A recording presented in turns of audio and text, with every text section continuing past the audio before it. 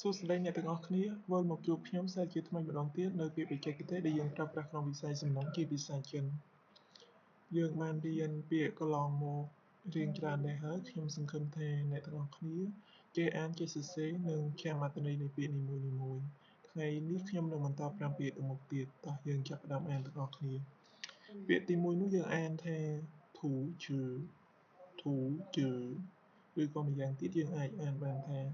ភីងមាន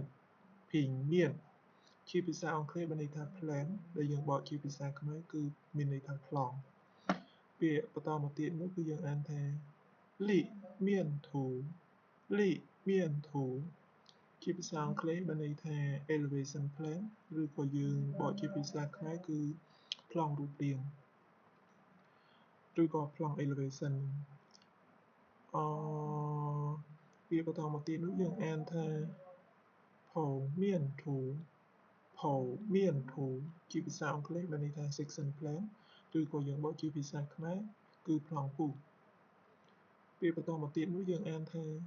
ទី谢是平面图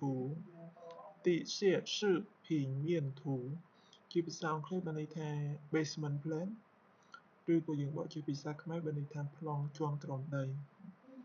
ពាក្យបន្តមកទៀតនោះគឺយើងអានថាកងថោជាភាសាអង់គ្លេសបានន័យថា foreman ឬក៏យើងបកជាភាសាខ្មែរបានន័យថាមេការ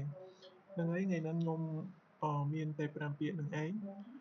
សង្ឃឹមថាអ្នកទាំងអស់គ្នាយកទៅវិញរៀនអានរៀនសរសេរនិងស្វែងយល់នៃអត្ថន័យនៃពាក្យនីមួយៗកុំភ្លេចជួយ Subscribe